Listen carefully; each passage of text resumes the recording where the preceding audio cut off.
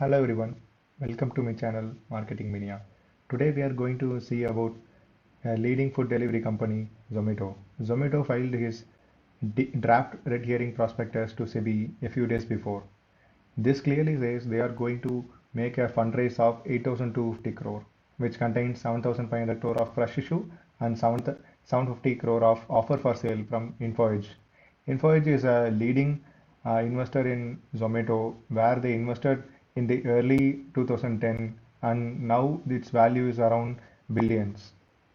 Let's start this analysis from a GDP perspective to the Zomato perspective. Yes, real GDP. Real GDP of India saw a very drastic downward trend due to COVID in 2020, and it's rebounding at a very faster pace, which is expected at 12 percentage and going to settle at around 8 percentage in the future. And other, if you see like other growing economies are much below India's growth percentage. Next is internet penetration and smartphone penetration. If you see here, India is just having 43% of internet penetration to the total population, and smartphone penetration stands at just 33% as of 2019, and is expected to reach 68% and 58% in 2025. But if you see in case of China, 63% internet penetration to their population is there, and the smartphone users of 61%. Next, a very interesting factor is here online service users, which is just 40% of the total internet using population. And if you see in case of China, it's standing at 80%. Now, online shopping. Online shopping, just 23% of the total internet users is shopping in India. But if you see in case of China, it's 71%. The thing here is India has a lot of room to grow among the internet users itself. This is an added advantage for Zomato. Next is the comparison of India, US and China markets. If you see online food delivery users accounts to very meager amount of 9% of the total internet users. But if you see in case of China, there is a 50% of online food delivery users out of the total internet users. This says that there is a lot of scope for food delivery applications and food delivery companies in India. Next is the growth of market share. This map is clearly explained by looking at the financial year 2018. If you take the entire market share of the food delivery and Zomato at 100, it is growing to 404 in financial year 2019, and 841 and 711 due to certain uncertain situations like COVID. If you see an interesting thing, the gap between the industry and Zomato is growing significantly year after year. This says that Zomato is performing way ahead of the food delivery market.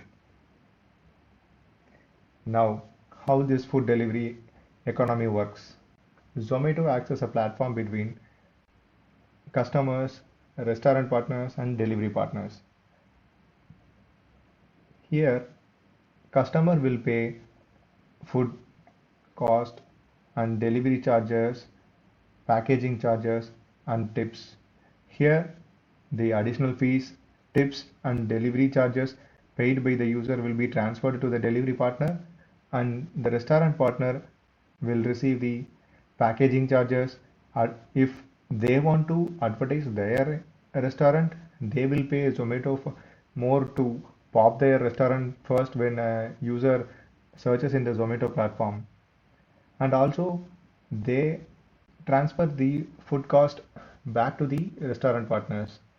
Now, this Zomato application will act as a mediator between the delivery partner, restaurant partner, and customer. Now, let's see more about the revenue and cost drivers of the Zomato's offerings. First is food delivery. Here, the revenue comes from the customers who are paying for the food, and restaurants who need to advertise in the Zomato's platform. Next is Dineout. Dineout is uh, most of the restaurant partners are registering to Zomato and they will pay for advertisements in Zomato's platform. These are mainly for dine-out restaurants. Next is B2B supplies. B2B supplies, and this is a new initiative by Zomato where uh, high quality ingredients were supplied to restaurants directly. So this is called as B2B supplies. Next is Zomato Pro. This is an subscription of membership, and membership customers will pay to Zomato for this Zomato Pro. Next, cost involved in food delivery is delivery cost and discounts and marketing spendings done by Zomato.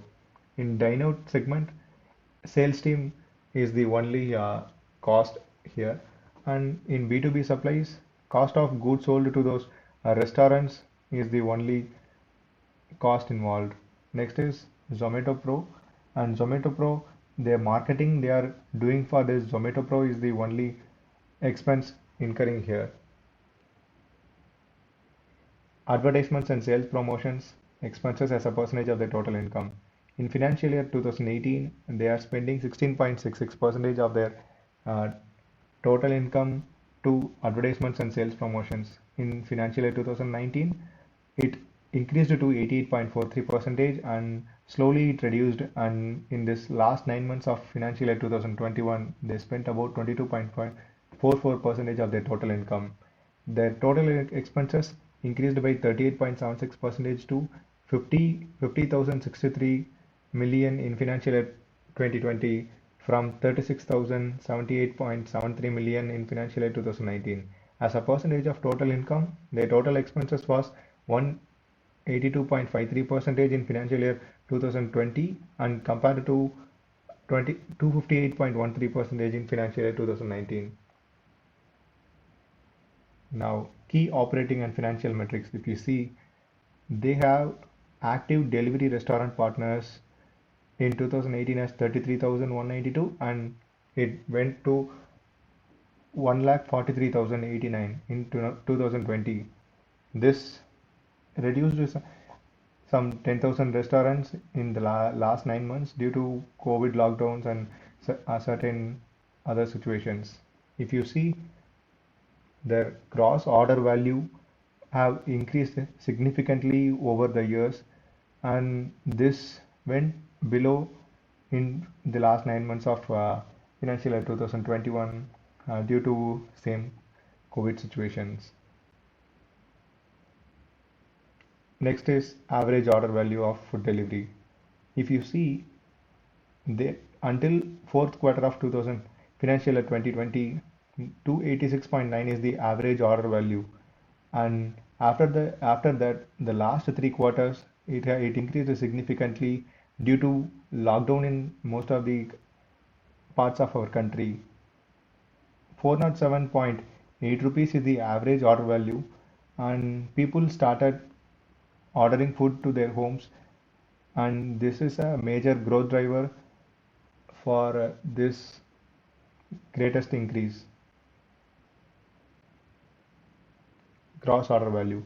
If you see, gross order value in financial year 2021 decreased to 10,936.3 and it slowly increased in the third quarter of financial year 2021.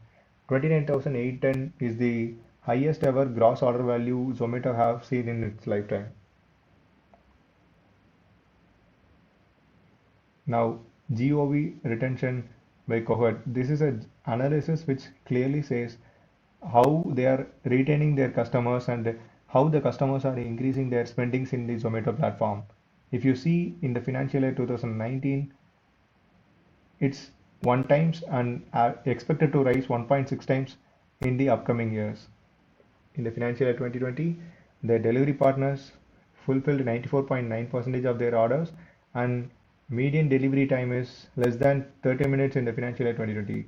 According to Redshare, they have 1,61,637 active delivery partners.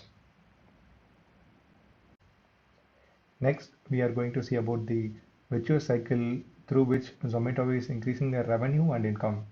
Only two things in Zomato's hands. One is increasing the number of restaurants and increasing the number of customers. Increasing the number of customers they actually do through advertisements and other inorganic acquisitions. If the number of customers gets increased, the content through ratings and reviews given by those customers increases in the platform. This in turn adds more value to the upcoming customers. With all these four, the delivery transactions will get increased in the Zomato platform. When the delivery transaction increases, this lowers the cost of fulfillment per unit order. This gives Zomato an advantage to lower the price for every delivery transaction. This when every new customer gets added, this cycle grows big, and it will be an advantage to the Zomato to have more revenue and income. If you see, during the last 9 months, 69.3% of their new customers were acquired organically and not through any paid advertisements. On the customer's perspective, 10.7 million customers order food every month on their platform in India in financial year 2020 with an average monthly frequency of 3 times per user. Next, we are going to see about the major events that happened in this company. In 2011, first institutional fund raised by Zomato. In 2015, launch of food delivery in India. In 2016, launch of table reservation, which is the dine-out segment of Zomato. In 2017, launch of customer membership program Zomato Pro. In 2018, added capacity of hyperlocal delivery platforms by acquisition of Karthirao Technology Private Limited. In 2019, launch of Hyperpure, which is a B2B business model by Zomato. Expansion of food delivery business across 500 cities, which is a milestone achieved by Zomato, and acquisition of Uber Eats India assets of Uber Eats India business from Uber India. Next, we will see about the financials of Zomato. If you see in the financial year 2018, their total income stands at 4,870 million, which increases to 27,427 million in financial year 2020. In this last 9 month financial year 2021, they have a total income of 13,676 million. And one thing interesting thing to notice is their other expenses have increased significantly in the financial year 2020. This is due to their outsourcing cost increased to 20,937 million, and the advertisement and sales promotion they did during this period was so high, which stands at 13,384 million. And this other expenses also includes payment charges and other fees. And another thing is, in all the 3 financial years and this 9 month tenure, they posted a loss. If you see in the last 9 months, they reduced the loss to a greater extent. How they did, we will see in the next slide. Yes, this is the important changes they did in their business to reduce their loss. If you see in the financial year 2020, their contribution margin is negative 30.5%.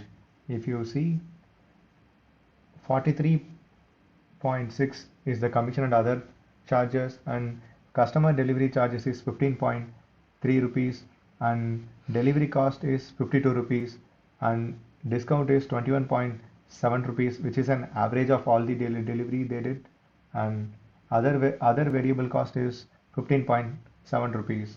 On an average, it stands at a negative 30.5 rupees to Zomato. Now, how they turn this into a positive contribution margin? If you see in the last 9 months, commission and other charges increased to 62.8 rupees. Customer delivery charges increased to 26.8, and the delivery cost they reduced, and the discount they reduced, and other variable cost also they reduced. This increased the contribution margin to a positive 22.9. Main factor to notice for Zomato's growth is urbanization, large working population in India, and rising consumption. Next, we will see why Zomato needs these funds. They are going to spend in two ways. One is organic and inorganic growth initiatives. Next is general corporate purposes. In organic growth initiatives, they are going to spend this amount on customer and user acquisition, improving their delivery infrastructure, and improving the technology infrastructure. Here they are going to spend around 40% of their fundraising. Some of the inorganic growth and acquisitions they done in the past are Uber Eats India acquisition and 100% equity share capital acquisition in Cartero Technology Private Limited. This Uber Eats acquisition is done to enlarge the existing customer base and increasing their market share. And the next acquisition is done to directly provide logistic services for online orders placed in the Zomato platform. Next, in this upcoming IPO, they are saying that QIBs will be given more than 70% of the offer size, and non-institutional investors will get less than 15% of offer, and the retail investors will get around 10% of this offer.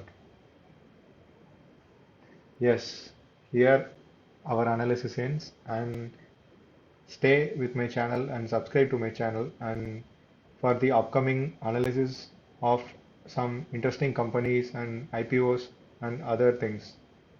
I am happy to hear your suggestions in the comments. Thank you for watching.